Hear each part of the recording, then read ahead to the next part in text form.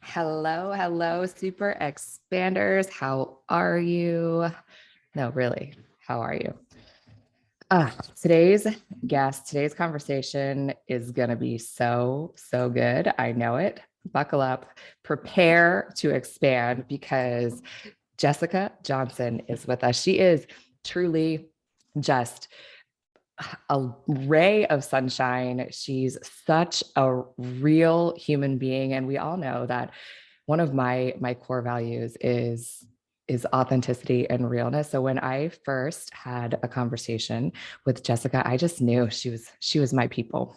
Thank you so much for taking the time to hop on here and chat.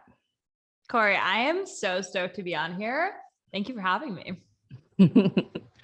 Goodness. So you're celebrating some big things over there in your life, aren't you? There's a lot going on here. Yeah. Yeah, I'm so excited. Maybe we'll dive in and share a little bit about all the big things happening, but because I go deep straight off the cuff, I'm gonna just go for it right here. First, I will actually give a little bit of context so people really understand how we first met. And yeah, so I actually signed up for the program Cultivate. And originally I met Jessica through Ross Johnson, her now new husband. And I have gone through their program through their company is called Smart Coach, right? Mm-hmm. Yes. And have learned so much from the two of them. And I just knew that I had to share her with you. So, because we're going deep, who is who is Jessica at her core? Strip away all the things that you do professionally. Who like what lights your soul on fire? Who are you? This is such an interesting question. We're definitely going deep right off the bat here on Super Expander.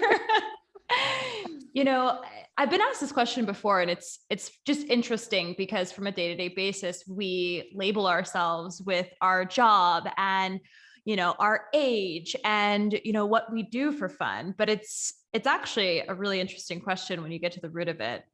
Who am I, right? So who am I? Who is Jessica Johnson?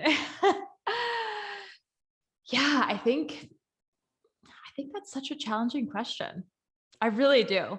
I think I want to go straight to what I do for a living, right? I want to go to the titles, right? But you Yeah, want me to go deeper to that.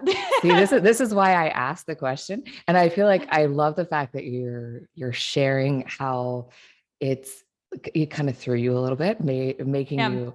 you question. It feels like there's a lot of weight in the answer. But I will say, I think that the most liberating thing about this is who we are at our core gets to change and grow and evolve Mm. as we grow and evolve. Totally. Yeah. I think at the core, I am an optimist. I'm a dreamer. I am someone who goes after things. And I really do believe that anything is possible for myself and for those around me. And I try to be that light within everyone's life that comes across, my path. And I think that is the root of it, I think I'm just here on planet Earth, right? Having a fucking weird, wild experience and trying to reach my truest potential. I think that kind of is the root without any labels. You just answered it so well, right? And doesn't that feel good to claim it? And what I love about what you just said, you actually described the characteristics that really do fall under a label, one that I know that you go by, which is an entrepreneur. I think Mm. entrepreneurs have all of those things at their core, right? Because you can't take on the role of being an entrepreneur without being a dreamer, a visionary, without being an optimist, without being a problem Mm. solver, and a Mm. massive drive to create impact and bring your truth to the world. Oh, I love that. Love that. Totally. Yep. I mean, you nailed it. I'm like, it's spot on. I think All the things, and super unconventional. I would say I'm definitely, I do things very differently than I would say the majority of people. And I think that is an entrepreneur as well. It's probably what makes me successful. So, so I'm actually just kind of diving back into The Big Leap, which I had started Mm, reading and not finished. And I just recently mhm. was inspired to go back, which Yeah. actually what you're saying kind of has me thinking about something that I just read. So has it been that way always since you were a child, that you kind of always did things a little bit different? Totally. You know, my mom was actually an entrepreneur. And so I grew up around her as well as my stepdad. And I think that there's something different about entrepreneurs, right? And so I think I learned a lot from her. And I look back at my life and I don't know if I ever really fit in, and I hear that a lot from so many people, right? I was always kind of like, and I think maybe from the surface it would look like I fit in, but I always felt like I was different. And I think a Yeah. lot of people can really resonate with that. Through and through. I can totally Yeah. resonate with that. Big Mm-hmm. time. That's actually, it's funny. I think that's why. So I ended up majoring in art originally in Mm-hmm. college. And I think that was because that's where I felt most at home in Mm-hmm. high school. But then when I got to college, I was like, whoa, this is actually not my scene. Totally. Mm-hmm. But that was the feeling that I remembered having, is that it was just kind of like, I do not fit in with the rest of the crew. And I also hear that very, very often from entrepreneurs, because there Yeah. is like a little special brand of, I don't know, for lack of a better word, crazy that we all have just brewing under the surface, right? It's like, are we crazy or is everyone else crazy? That's the real There question. you go. That's that's the one that we really need to explore. So the reason why I asked about your childhood is because in the when I was in this part of the book, it was really the part where they are talking about honing in on what your talents and gifts are. And I Mm, think that a lot of people struggle to find to know exactly what that is. And they yeah. basically are task people to go back, Mm-hmm. or Gay Hendricks did. He tasks Mm-hmm. people to go back and kind of assess what it was in their childhood and things about their childhood, Hmm. and how there's a connection to the things that they do now in their adult life. And very oftentimes there is. It's a skill that you honed in your childhood. Yeah, that's really interesting. I mean, I think about my childhood, and when I was very young, I would say from the age of like 4 to 15, I was actually working with Olympic professional gymnastics coaches. And so through that, I learned a lot of discipline. And then on top of, having that experience with working with those coaches, who I think, taught me some of the things that have now led into me being able to really focus on my business and build things. I was traveling around the world with my mom. My mom actually, she was an inventor. She had this weird product. I mean, I look at back at it now and it's crazy. So when she was raising me, my brother, she was trying to get these ice cubes into bottled water and she couldn't get them in. And so she was like, this is a problem. So she invented this tray that basically is shaped, similar to like the size of the top of a water bottle. So you can get ice into bottled waters. Now, remember, this is like back in the 90s. And that product, she ended up getting it into Walmart and Linens and things and like all of these big stores. And so when I was younger, I would be traveling around with her trying to get her product into these like big box stores. So through that, that's probably where I developed a lot of the skills that I have now as an entrepreneur, I mean, sort I of feel seeing like her I've in the seen field. I feel like I've seen your mother's product in the store, which is Totally. so Yeah. wild. Yeah, totally. Yep. Oh my goodness. I love that so much. Mm. So tell us about this gymnastics touring with the coaches. Were you like a budding Olympian? I think I could have been. It got to a point where I felt like I wasn't able to live my childhood. Like I wasn't able to like be a kid because I was training 5 days a week, Oh, yeah. and it was intense training. But I did go pretty far with it. I was at the Junior Olympics, and I think I could have gone farther if I wanted it. But I got to a point where I felt like I didn't have a life outside of that. But through that, it's really interesting as we're kind of getting into this, because that actually created this massive pattern of perfectionism. Because if you know gymnastics, everything is like, it must be perfect. Like you must have your Yeah. toes pointed. And I actually saw that showing up in my business recently. And so this was something that I've been really working on because perfectionism brings a lot of gifts, but I think at a certain point, it slows you down in being able to create enough output in your business to really, really scale your business up. So it's been interesting how I've seen that experience from my childhood showing up in my life now. Yeah. I mean, I'm also hearing too something that I think is one of the biggest things in creating a scalable business is Mm, that you build your business around your life, not mm, or your life around your business, which is sort of the thing that kind of caused you to feel like you couldn't or didn't want to go further with gymnastics, right? But it's very applicable in the mm, realm of entrepreneurship and building a business is that if you mhm, build your business, I might have said that backwards when I but you know what I mean. If you build it the mhm, wrong way, your life has to fit in the margins. And mhm. that's never why any of us end up on this journey. Totally. Yeah, I think you have to. I mean, I think it's this balance between, trusting yourself and the way that things are working. I think for me, like when I quit gymnastics, it was just like I was at a point where I was a kid. I look back Yeah. at it, and I would go to school, and then I would literally go straight from school to practice, and then I would go practice for 3 or 4 hours, come home, eat dinner, go to sleep, wake up, do it again. And I did that for years. So, uh, with your business, I think it's similar in a sense of when you know something's off, you kind of know. But I think there's a difference between emotion and intuition, and I think those two things often get mixed up in life and in business. Oh, yeah, Mm, mm. absolutely. You have to learn how to be able to differentiate, decipher, and not act reactionary, act from your intuition. Yeah, That is for sure. Which yeah. kind of brings, oh, go right ahead. I cut you. No, no, No, no. you had a thought. You must share. Yeah, well, I'm just thinking about that. I see that happen a lot where people they're like, oh well, I feel this way. And it's like, well, you're trying to do something that's hard. You know what I mean? And so I think that difference is really interesting, right? Tapping into what is reactionary, what is like the emotion that's stirring. Is it something that is a reaction of me doing something that's new and challenging? Or is it really something that is like out of alignment with what I want to do with my life? So, do you have sort of tips or a secret in dealing with that in your own life that you bring forward in the work that you do?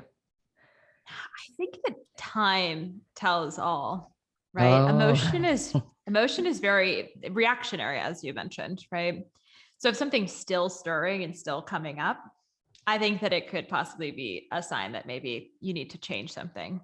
But if you just feel it in the moment, right? And as a hypno breathwork therapist, is that how you say it? therapist, facilitator, A genius. No. facilitator, all of the above. Yeah, I'm sure that you're really familiar with working through this, probably in your own life as well as with your clients, and seeing how, if you work through something, it's like, I don't know. I just think there's a difference there. And I think at time, especially tools, like if you do work around something and it's still showing up afterwards, it's like maybe that's something that needs to change. Or maybe it's something that needs to change about your past identity for you to be more in alignment with your success. Yes, absolutely. It becomes a game of uh, observing, I think Mm, is pretty much the biggest thing. mhm, And if you're operating from a reactionary place, learning how to hit the pause to mm. actually observe. Because when we operate from a reactionary place, we can actually create a lot of damage in our business, in our life. A lot of different things can happen there. Totally, totally. It's really interesting because I do think it's interesting because obviously I coach coaches, I coach business owners, and so many people want to come from emotion, right? But that actually is something that needs to shift if you really want to achieve massive results in your life and business and success really in anything, I think. Yeah, that actually makes me think of, so many people think that you need to build a business based on passion. And the problem with that is passions change. Passions don't always have a steady constant. And so if you build your business based in passion, not that, I mean, there are Mm, things that you can be passionate about inside of your business, but when the yep. foundation is poured on passion, you actually create this like a foundation that's quicksand, right? Because what you're Mm, passionate about today, you may not be passionate about 3 months from now, 4 months from now, a year from now. yep. I couldn't agree more with that, actually. And it's really interesting because when I first launched my business years ago, my initial offer was passion to profit. So I really believe that you should like follow your dreams, follow your passion. And I think through that experience, and working with people, I started to realize this might not be the best path for business, because what happens when you start to turn your passion into something that needs to make you money is things change, right? And I think to have the expectation that everything is going to feel great and passionate all the time within business, I think that that's like setting you up for failure, because there are going to be pieces of your business you love, and there are going to be pieces that are maybe not your favorite thing that are part of the business. And I think when people turn their passion into a business, it just changes things. Oh And my as you gosh. mentioned, passion changes. So keep your passion and turn your business into something that you love, but also something that like, solves a problem that is Yeah. going to do its job, for you. So I have like two thoughts on that it's actually kind of like stirred for me. One is like you have people who are like, I love working out. I should totally have a fitness business. And then you find out mm, that now you don't have any time for your personal passion for yourself anymore. And it's like sucked the passion out of your passion because now mm-hmm, your business is doing this thing, but you have no time for it in your own life. Also, then you start to feel like a fraud inside of your business because you're not living in your passion anymore. Which, totally. so I always like to kind of think of it is if you can nail your purpose, then your passion can be infused into your business, which gives it this Ooh, whole entire next level kind of situation.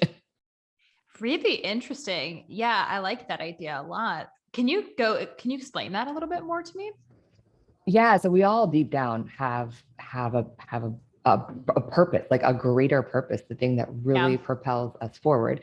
I think very often we're not, some people who haven't done the work have Mm-hmm. not uncovered really what that purpose is. Mm-hmm. And that has to be kind of your North Star, which is why it's one of my most favorite questions. And we're just going to like go right on out of order before we go into this, like, what you do. We're going to workshop this right now. What is your Oh, North Star?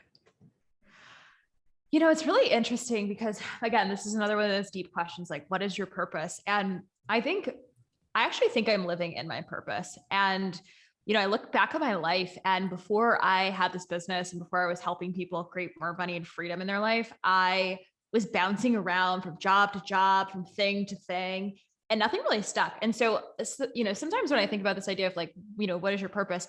I don't always know. I don't think you know what your purpose is, but I think you know what it's not. And I think through experimentation, eventually you find something and you're like, oh, this is it. Right. And then you realize you're really good at it and you're excited about it. And it brings you more upside than downside. And I think right now, like, I think what I'm doing right now with building Smart Coach and really focusing on, helping people build their businesses, I think that creates a lot of fulfillment in my life. I don't know, I'm excited about it. You know what I mean? And so I think I'm like right on track. And oddly enough, I did a human design reading. I've done some astrology readings, and Yeah. every single person that I've done a reading with, they all say like my thing here is that I'm here to help people learn how to make more money. I'm like, all right, I'm doing it. The stars say that it's aligned. I feel excited about it, So, but yeah, I think you find your purpose through figuring out what you're not by deciding what you are. So I'd even peel that back one more layer though. So Mm, people making more money, there's something underneath of that. And so what I hear, which yeah, might be leading you, but is freedom, right? So a lot of totally. times our purpose is really kind of very much attaches to our core Mm-hmm. values, not kind of, it Mm-hmm. definitely does.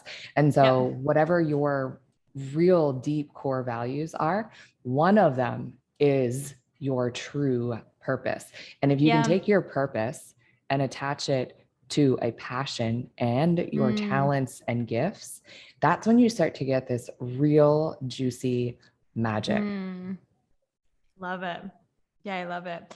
Yeah, I mean, definitely. I think money is so interesting because I think for me, as my business started to make more money, what money really gave me was it gave me opportunity, right? It gave me the resources to invest into coaches to help me heal, right? It allowed me to have more experiences. It allowed me to, do even like the simplest things, like, have better food in my life. And you know what I mean? And I think that's what it is. It's not about, just money. It's about the reaction that, teaching someone how to create that in their life, how that has an effect on their life. Yeah. So Hmm. there's something that I have this like very firm belief about money. First of all, money is absolutely a neutral thing, right? So many people Yeah. think that money is either good or it's bad.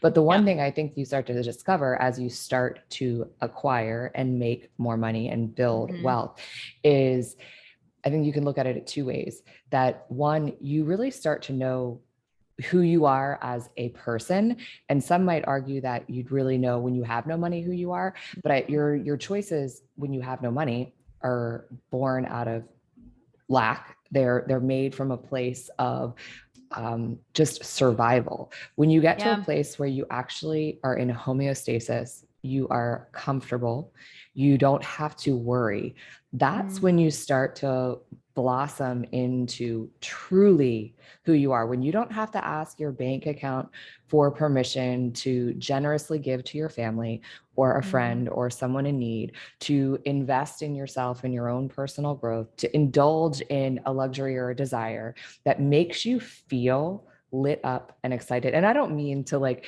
have a just like overindulgence. Like, I mean, I believe me, I like bougie, nice things. I am like the queen of it, but I don't mean excess per se. And you can have Yeah. tremendous wealth without living in excess or I guess like gluttony if Mm. we'll go there.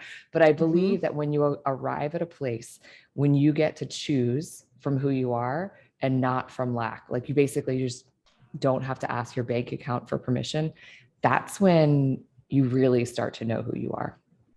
Yeah, I agree with that. I also think it's really interesting what happens when you actually have your needs met and you can really start to ask yourself like who are you, right? What do you want to do with Yeah. your life?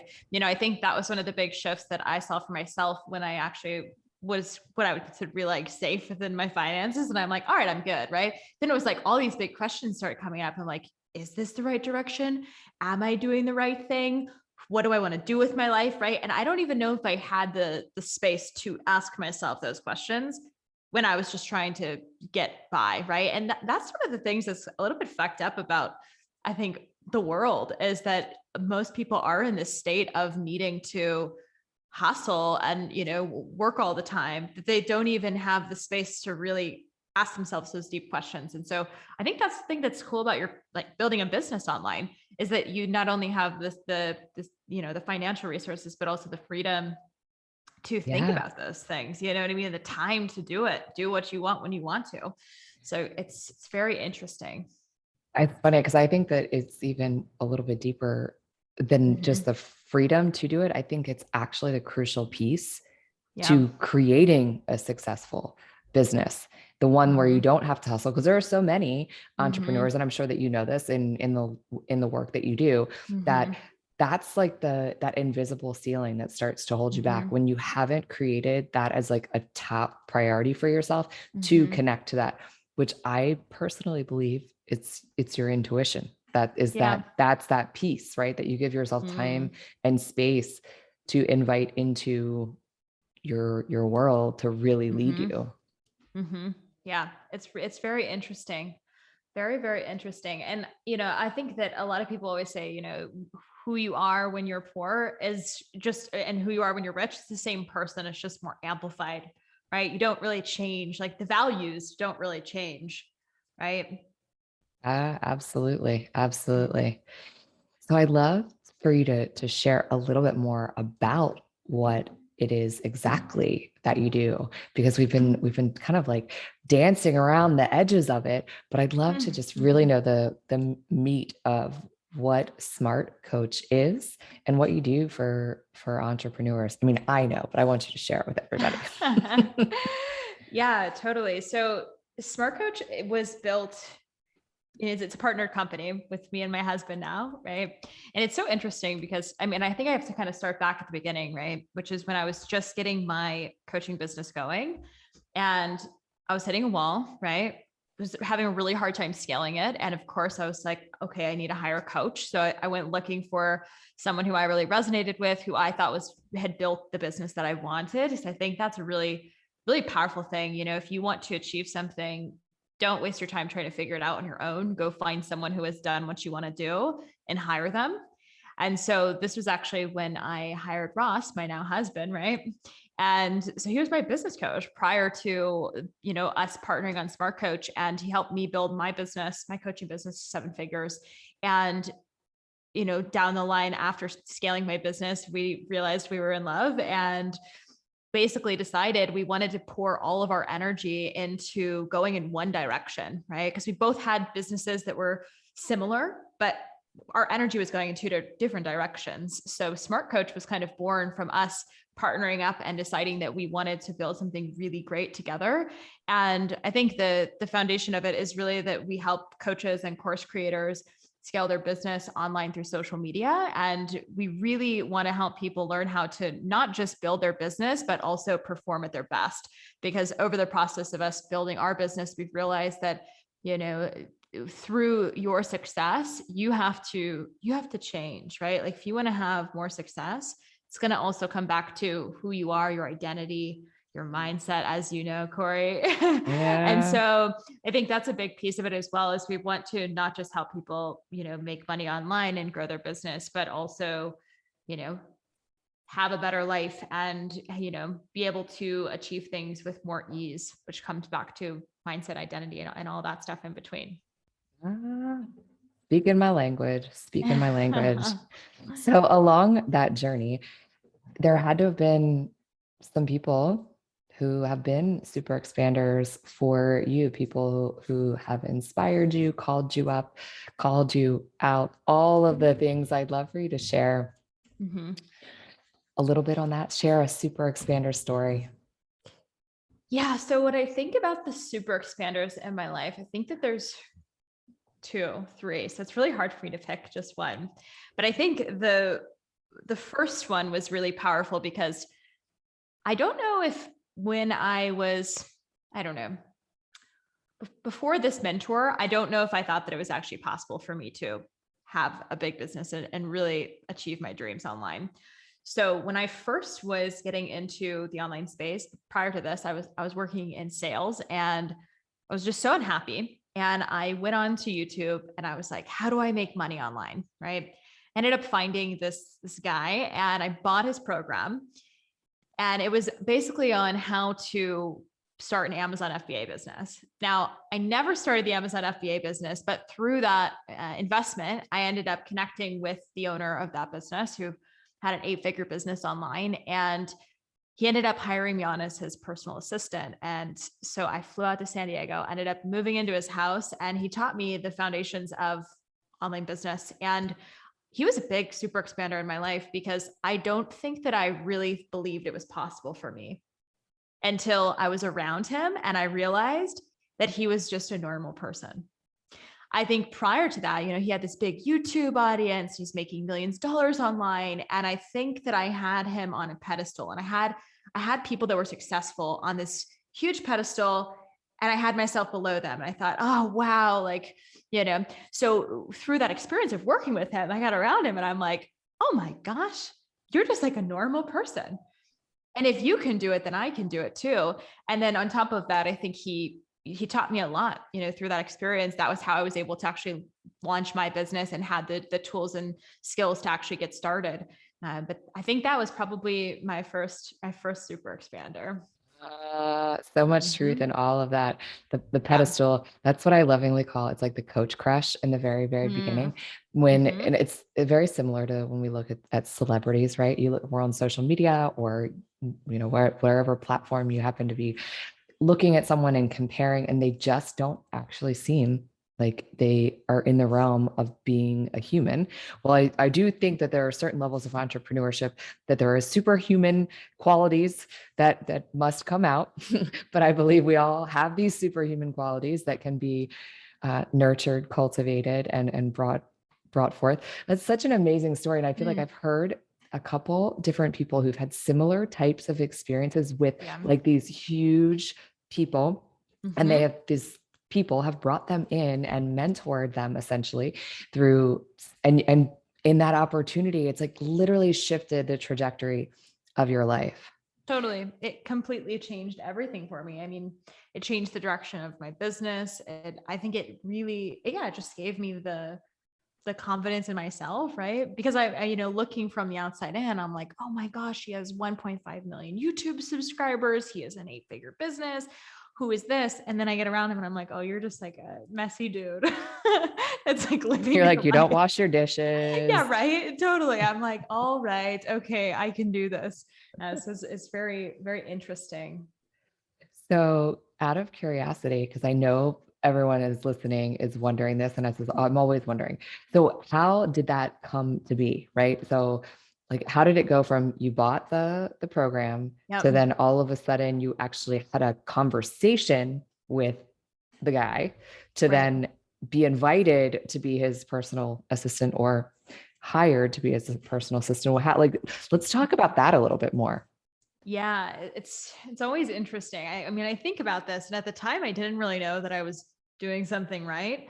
I think I was, I think I was a little bit desperate at that period of my life. I had just gone through a massive breakup. It was like my first heartbreak, and I left LA. I was living back in Ohio in my brother's like spare bedroom, and I was like, I need to change my life, you know.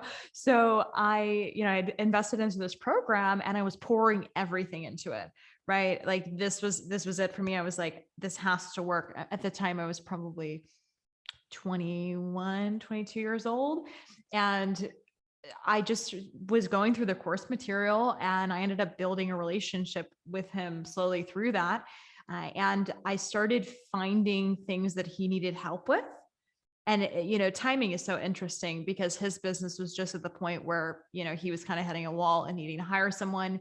And so through a conversation, we just started talking. He was needing to hire a videographer, and he was looking for a house to buy out in San Diego. And so I'm like, okay, maybe I can provide some value and then he'll help me more, right?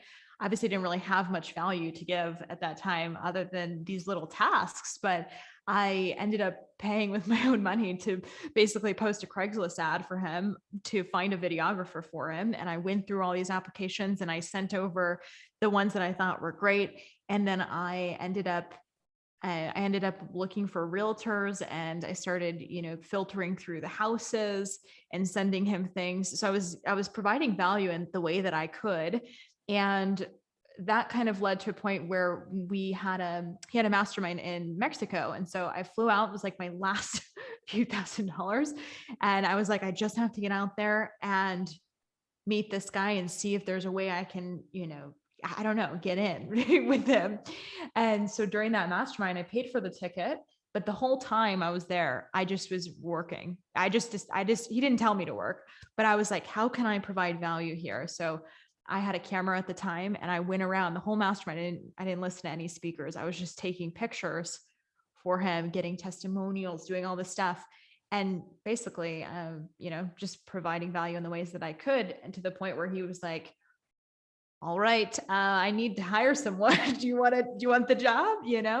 And, looking back at it, it's kind of fucking crazy to me that he brought me on for this position. Cause it wasn't like I was like his assistant that was getting coffee. He had me building his funnels. I was taking sales calls. I was, going through, I was editing his YouTube videos, doing all his SEO. Like I was basically thrown in the water, and he was not one that taught me how to do things. He was like, go figure it out. So that was kind of how I did it. And I think, it kind of comes back to this whole idea of like, entrepreneur that we started talking about, right? We're like the crazy ones, right? I'm the person that just spent my last dollar on an opportunity to just for the chance to even possibly make that work. All the money that I was going to invest into my product. for my Amazon business went into basically me trying to get a job with this guy. And it obviously paid off. Feel like everyone needs to rewind at this point and go back and re-listen to what the story that you just told, because there was so much gold in there. So much. One being, you may not have known it at the time, but you had already proven to him that you were qualified for that job. So anybody that out there that's listening that thinks that you can't do something because you don't have an MBA or you don't have the credentials to say that you can do it, if you are resourceful, which is a very critical thing for an entrepreneur to be, if you're resourceful, you can do it. Like, you don't need to have specific like piece of paper to say that you can do something. You just have to decide and do it, which you did. You didn't ask for permission, you didn't wait for direction, you did, which is why he gave you that opportunity, because you had already proven, you had already shown him that. And then the other piece inside of there is that you were listening to your gut, right? And so I feel like this is another critical piece when people come to make the investment in their business, right? Of thinking like, I don't have the money to invest in this thing, because you start looking at like what income's coming in, your bills, all of the things. And I will like preface this with, I'm never recommending anyone to put themselves in like financial peril to invest in something. But I think there's this deciding factor of, when you invest, knowing that you are going to show up with every shred of what you have in you.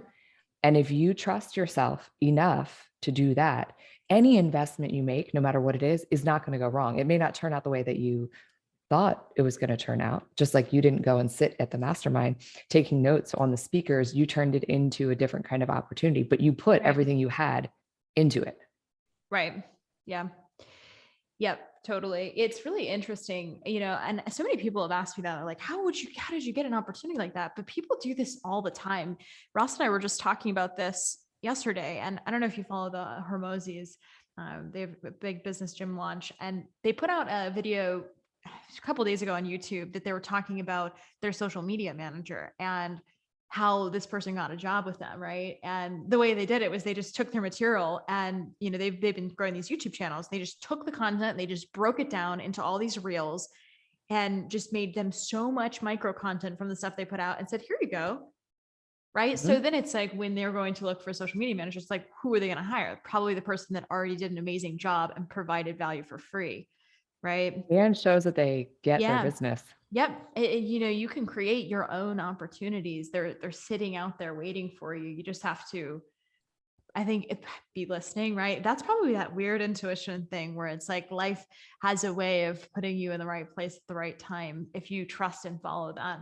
Because I think with my life, it's been very much, yes, I put in the work. Yes, I was, really putting myself out there, but also timing for my life and, Kevin's at the time, I think, was a big factor that played into that.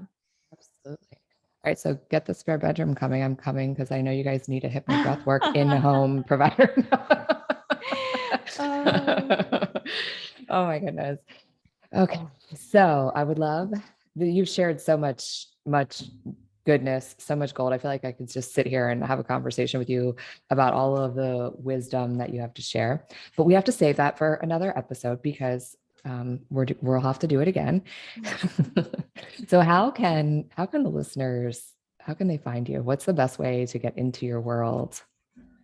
Yeah, so I think that the best way would be to follow me on Instagram. It's jessicajohnson.biz. Or you can go to smartcoach.com and find us that way.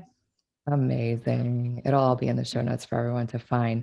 And I love to kind of close it down with this one question. If you could give yourself, your younger self, or just like any golden juicy nugget of advice that you might share with the audience, what would it be?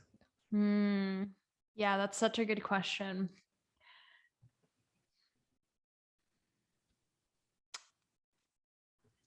I think I would tell myself to trust myself more. When I look back at some of the places that I was in my life, I was so stressed out at certain moments, questioning if things were going to work out for me. And at that moment, if I could just go back and be like, just trust yourself, it's all going to work out. I think that could have changed the way maybe my nervous system was in the moment. But also, I think it's all lessons learned. Um, yeah, I think just trust yourself and go for it. Like whatever you are thinking about, right? Everyone that's listening to this probably has a dream or something that they're, kind of holding back on. If you could give yourself that trust, like go for it, you know? Oh, I love that. Let's go for it. Because what's the worst that could happen? Yep. And even if things do go wrong, it's like you learn from that. There really is like nothing that can go that wrong that you can't figure out.